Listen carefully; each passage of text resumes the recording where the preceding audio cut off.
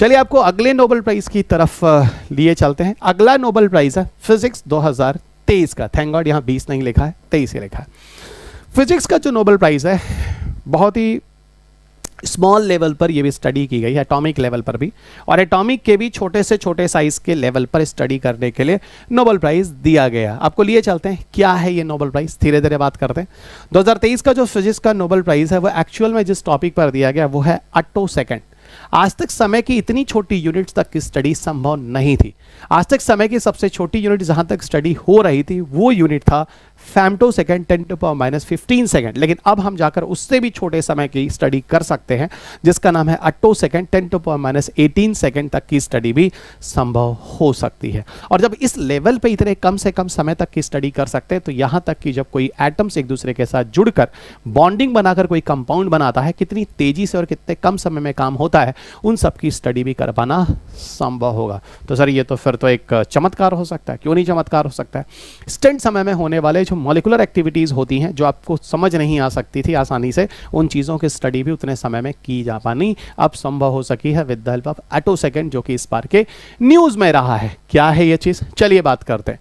2023 में जिन जिन लोगों को नोबेल प्राइज दिया गया आपके सामने है अगोस्तिनी, क्राउस्ट और एल हुलियर। और ये एल हुलियर बड़ी इंटरेस्टिंग चीज़ है। ये एक लेडी है जिसको नोबेल प्राइज फिजिक्स का मिला है। कुल मिलाकर आज तक पांचवी बार ऐसा है किसी फीमेल को फिजिक्स का नोबेल प्राइज दिया गया है। तो विमेन एम्पावरमेंट की बात अगर होती है तो एल हुलियर से बेटर कोई एग्जाम्पल आपको देने के लिए वर्तमान समय में मेरे पास नहीं होगा। ठीक है, ultra fast dynamic of electron inside the atoms और मॉलिक्यूल्स। ठीक है, अब अल्ट्रा फास्ट चीज़ों की स्टडी करने के लिए तो समय की ही बात हो रही है ना, तो हम किस लेवल पे जाके स्टडी कर रहे हैं, अट्टो सेकेंड पे बात कर रहे हैं।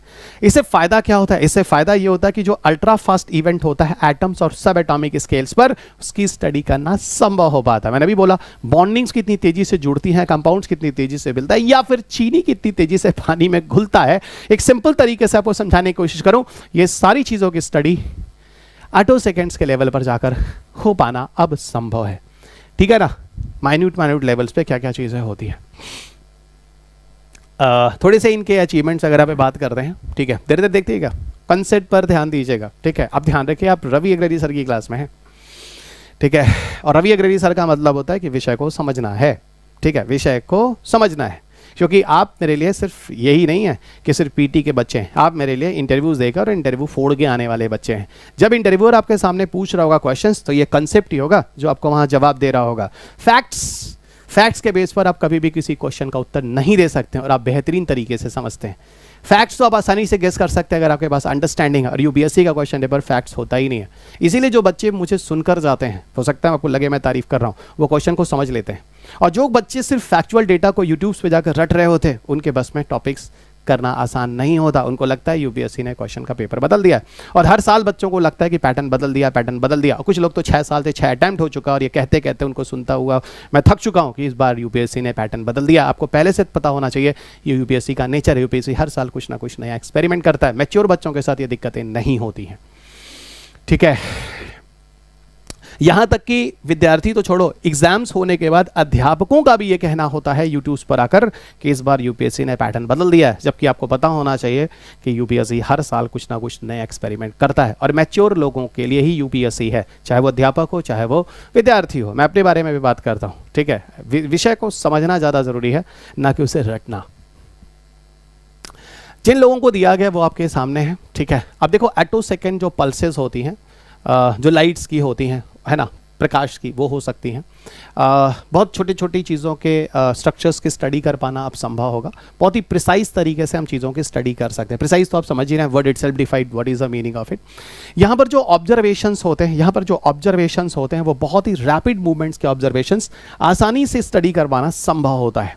यहाँ पर जो भी चेंजेस होते हैं एटॉमिक मॉलिक्यूल लेवल पर, है ना, जिनको हम अट्टो सेकेंड टाइम स्केल पर जाकर स्टडी कर सकते हैं, वो सारी चीज़ें संभव। फिलहाल देखो, आप में से किसी भी विद्यार्थी को समझने में दिक्कत इसलिए नहीं हो रही क्योंकि आपका एक बैकग्राउंड शुरुआत की 2 मिनट में मैंने बना दिया है।